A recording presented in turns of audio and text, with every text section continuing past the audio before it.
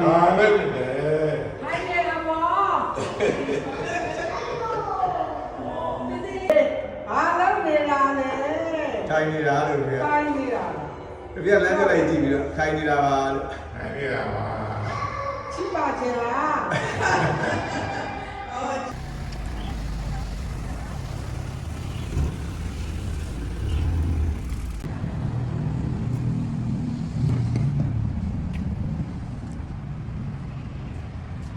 အိုင်းလေလားစားပစ်ပေးရကောင်းတယ်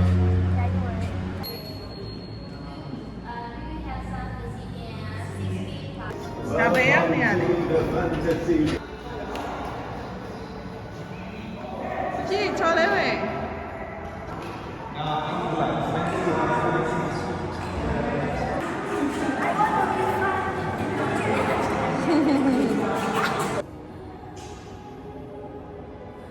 နေရာကြီးကြီးကိုတက်လို့လားလား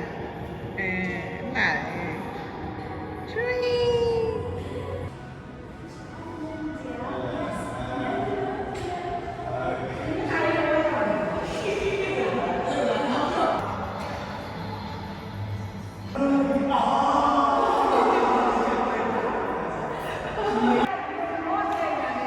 ကြောက်နေတဲ့ပုံစံလို့လေမမေကကြောက်နေတဲ့ပုံစံလို့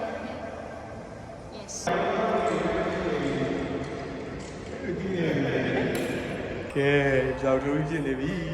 ရှောက်လာရှောက်လာရှောက်လာရှောက်လာ ဒီကောင်းလား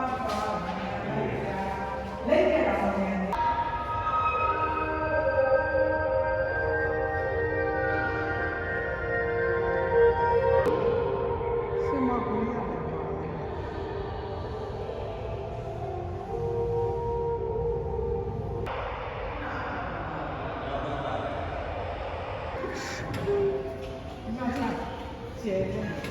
ဘယ်တော့ပို့ခဲ့လဲနော်